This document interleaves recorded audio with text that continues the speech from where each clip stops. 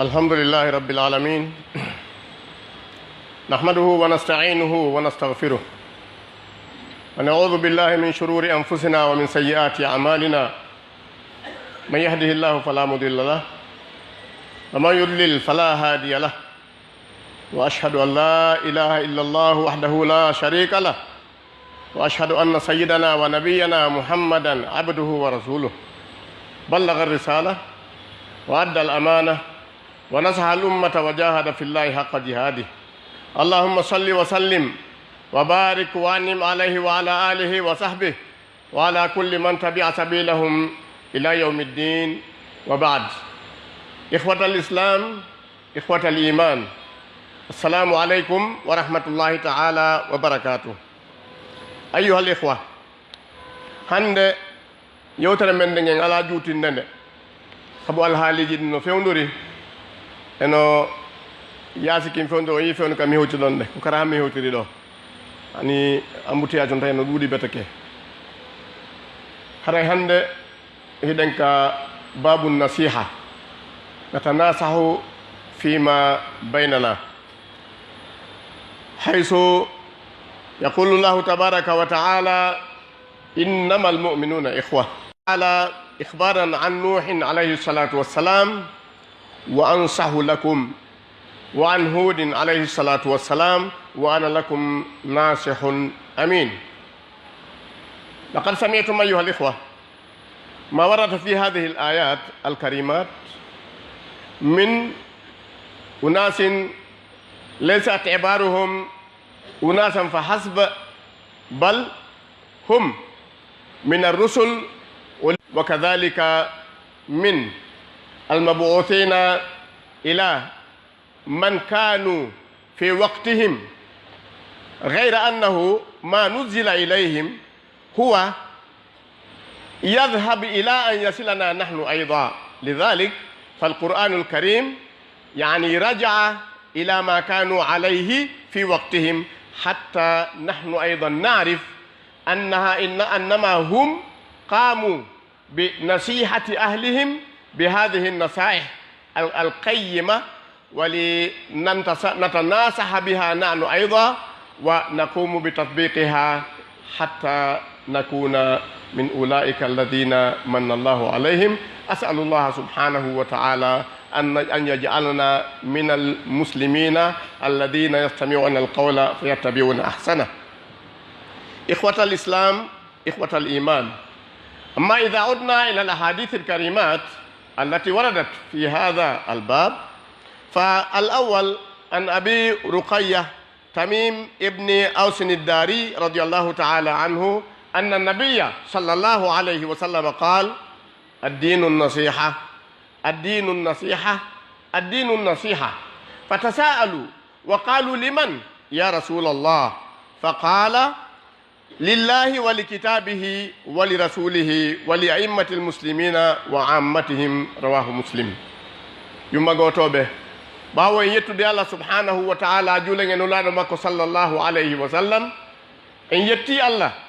tawde en tawdanoma nde nyalaande jumaare feƴƴunonde tawdanen hande kadi e feede geece tawayde ko geece nurdude tun ko sabu gooto ɓorotako ka woni o accita gollal makko o accita ɓeygure makko o accita haajuji makko o ara e jumaare ka tawata o jooɗoto ko fandi o minitaji jowi tawa himo muññi ɗum ɗon si wona on ɗon julɗo Allah subhanahu wa ta'ala mo o norɗini yeeso muɗum o norɗiniri ɗum diina Allah kan o moƴƴiri on ɗon ɗe ɓernde moƴƴere o moƴƴiri on ɗon ɗe jokkugol nulaaɗo sallallahu alayhi wa sallam ko sabu hiɗen ngeli Allah subhanahu wa ta'ala holli wonde ko taga ko yaltinaka hoore leydi fof gila kulle haa piiji ko tawata wona ko mari haqqille haa yimɓe banu adama e jinnaaji ɗin Allah ko wi'i en ko wala qad karramna bani adam en andi ko banu adam woni ko teddina ɗum noon holli wonde ko goonga hiɗen teddina ko honɗum waɗi himo rondi en ka jorndi himo rondi en ka maaje joni non ƴetten himo rondi en ka weeyo hanki nun mawɓe men si seenotono makka ɓe seenotono ko fandi wo e nder lebbi tati ko fandi wo ɗum ko ganin nga ka tawata ɗon ko laaɗe leydi wona e hutoroyde e laaɗe ndiyan joni noon ko laaɗe weeyo joni a tawa goɗɗo no ɓoroɗo e nder leerji jeetati hara o tigi tippoyki ka yaata ɗon de haɗay ko wodarimo hande kadi o wiigol labbayk allahumma labbayk en andi wonde Allah teddini banu adama kono noon en daaray joni si tawi ngol ɗum teddungal hara ko ammatan faqat walakinnaha tataallaqu bi shurut la budda min tawfiriha haythu qala kuntum khayra ummatin ukhrijat linnas ta'muruna bil ma'ruf wa tanhawna 'anil munkar idhan ra'aytum بأنه مع الخيرية التي أنيها بها أمة محمد صلى الله عليه وسلم أنيط بها أمة محمد صلى الله عليه وسلم غير أن هذه الكرامة لا بد من أن تكون في قيد الأمر بالمعروف والنهي عن المنكر وإقام الصلاة وإيتاء الزكاة فمن لم يدخل في هذا الإطار أيها الإخوة فإنه لا يكون بين هذه الأمة التي خيرها الله سبحانه وتعالى ليكونوا شهداء على الناس يوم القيامة نسأل الله سبحانه وتعالى أن يمن علينا يوم غوتوبه انجليك wonde ko ɓuri kon e teddude fof e ko taga kon fof yewde e liƴƴi haa e jinna haa e colli haa e ko waɗɗete haa ko waɗɗetaake ɗum ɗo fof Allah ko teddini tawa ko banu adam seede mum o waɗani en ko rondoto en ka kam no mari wonkin sifa meɗen no mari teewu sifa meɗen ko seedi wo ko gokkullitere ɗen pet ndaare nagge ngen so jettinge on tawa juuɗe ko marɗa kon hinge mari koyɗe ko marɗa kon hinge mari kala ko marɗa hoore ko marɗa kon hinge mari gite ko marɗa kon hinge mari kono Allah subhanahu wa ta'ala wi mi newnanima wallinge hirsa itta wonkin magge on ɗulle heɗen andi wonkin kin ko Allah subhanahu wa ta'ala tan jeyki kono o wi ɗoɗen ene mi newnani on sabu honɗum sabu wala qad karramna bani adama on en torki Allah yo Allah teddin en yumma gotoɓe yetten Allah tawde en woni jeyaɓe e mofte Muhammad sallallahu alayhi wa sallam ko sabu ɗum waɗi kanko Allah subhanahu wa ta'ala o holli en o wi kuntum khayra umma on woni ko ɓuri ko moƴƴude moftaji ɗin fof kala mofte bimana sen inni mofte enen ko wonde ñettude ko mofte annabaɓe ɓen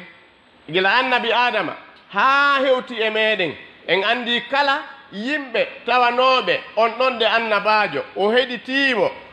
foti o jokkimo foti o jokkamo haray on noon ko umma joni noon e nder ɓeɗo fof o wi wonde manna kuntum yani min ashabihi wa kanu min tawabi'ihi alladhina yattabi'unahu qawlan wa amalan kunna khayra umma لماذا نخصص أنفسنا في ذلك؟ فلأنه الأمة لا يمكن أن يكون الواحد منتسبا إلى هذه الأمة إلا إذا اتبع ما جاءنا به نبينا صلى الله عليه وسلم إذن لذلك قال تأمرون بالمعروف وتنهون عن المنكر بمعنى إذا ما أمرتم بالمعروف وإذا لم تنهوا عن المنكر وإذا لم تقيموا الصلاة وإذا لم تؤتوا الزكاة وأنتم قادرون على ذلك وإذا لم تؤدوا حج بيت الله الحرام وأنتم على ذلك قادرون فإنكم لستم ضمن هذه الأمة نسأل الله سبحانه وتعالى أن يجعلنا ممن يستمعون القول ويتبعون أحسنه فيمن علينا بأن نتآمر بالمعروف وبأن نتناهى عن المنكر وأن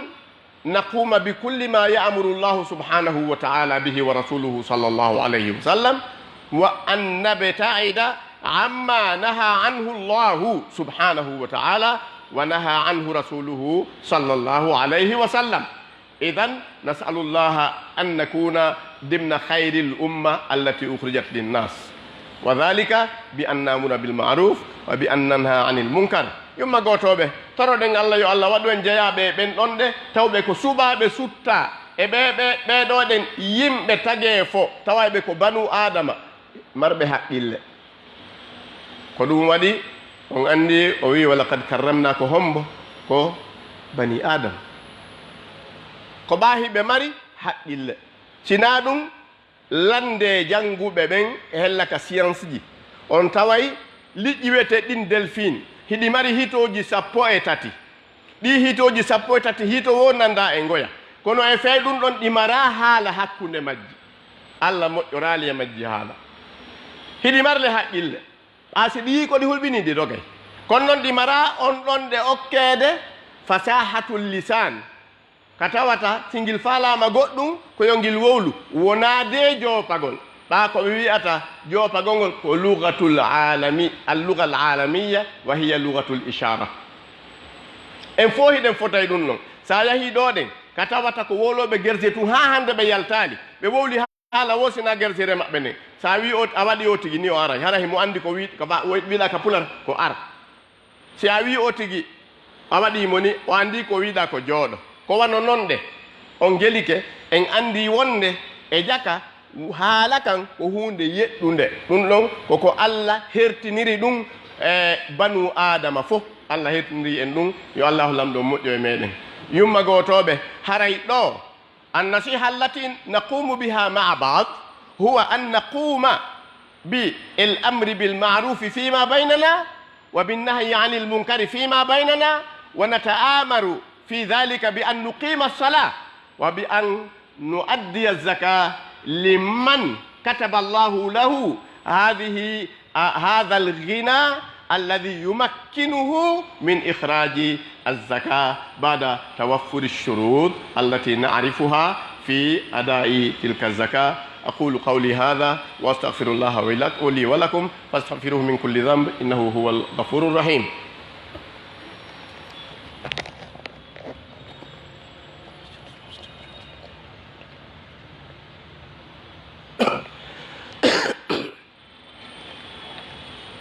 الحمد لله رب العالمين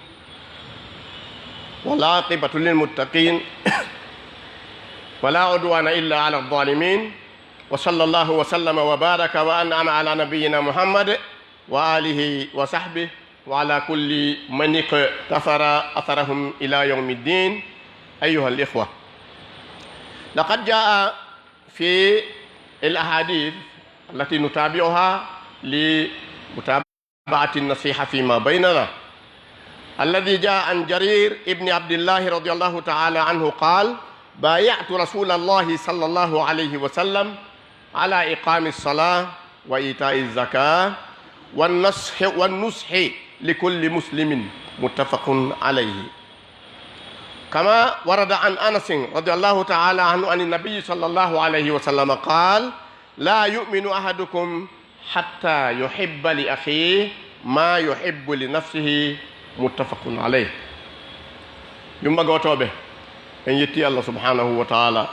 en tori kemo kanko newnu ɗon taweden nde jumaare handere yo Allah newnan en taweden jumaaje buy kala on mo tawata o windanaka tawede nde jumaare ɗo en tori ke Allah yo taw hara oti ko yeɗaɗo aljanna hara en fo meɗen ko aljanna woni ko fottoyten yumma gotoɓe ka waajondirgol hakkunde men ha joni ka laaɓodiral hakkunde men ha joni oɗo hadith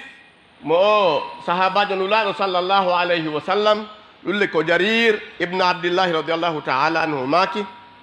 o wi komi baayo nulaɗo on sallllahu alayhi wa sallam bimana komi aadodi e makko kon hakkunde amen hella ka diina hella ka laaɓodiral wo ko wonde ko yimi ñimnu julde nden e kañum emi totta zakka on ko wano noon ɗe hara si mi waɗi ɗum ɗon kadi mi laaɓana kala julɗo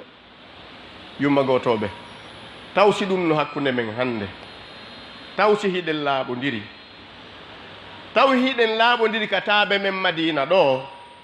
taw si hiɗen laaɓodiri ka butikaji men madina ɗo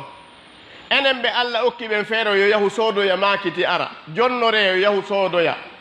taw si o tigi no laaɓande ɓen jonnorɓe mo taw si o tigi no ndaara tawa oɗo makiti no marsa o soodana o tigi ɗum ɗon o addanamo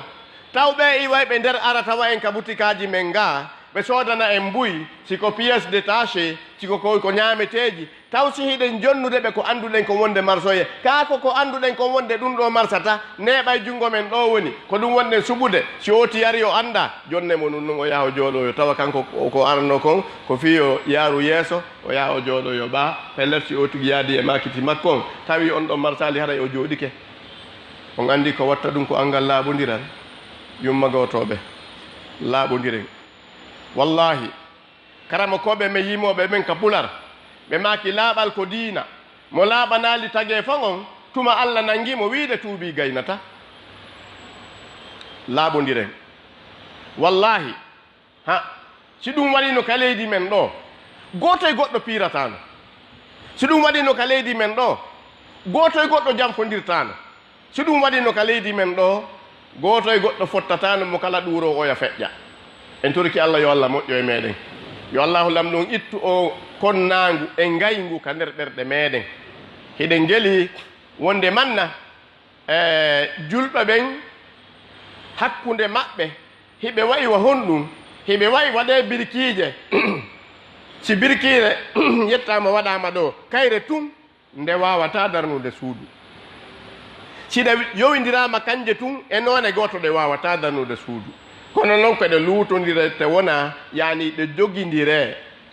ko ɗum waɗi nulaaɗo on sallllahu alayhi wa sallam o maaki almuminu lilmumini kal bunyan yashuddu baduhu bada julɗo e julle ko haali wonde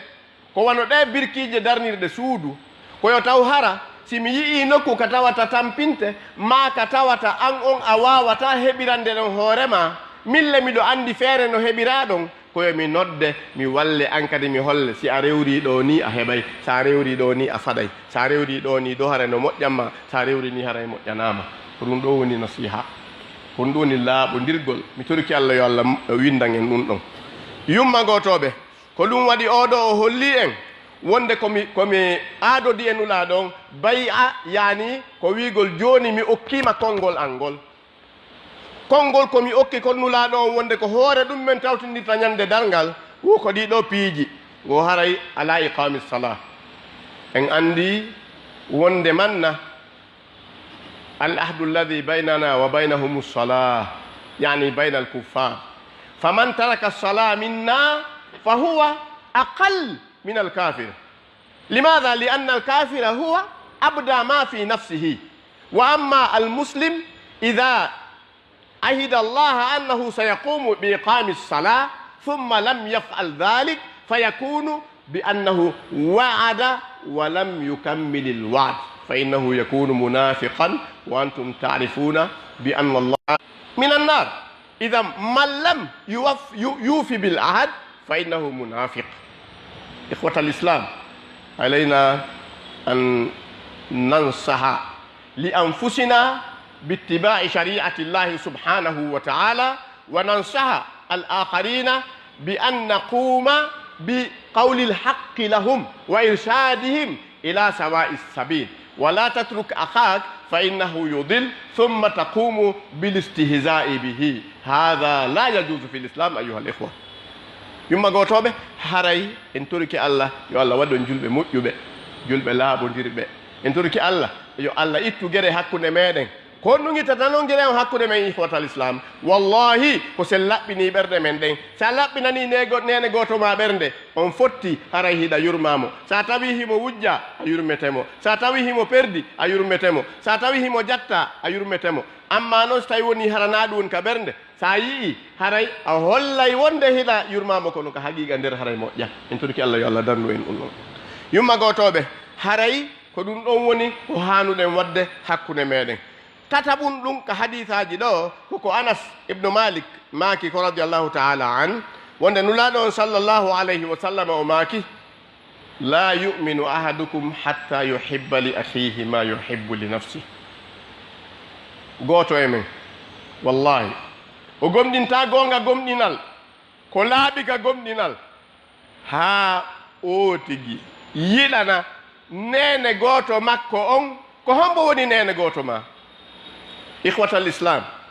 koko Allah wi ko innamal mu'minuna ikhwa al mu'minun eɗon andi innama huwa adatu hasrin wa qasrin ndare ka balaga ko ɗum ɓe wi adatu hasrin wa qasr bi mana kala ko ari ɓawo innama kon mana mum on haray innama on koko huɓiti ɗum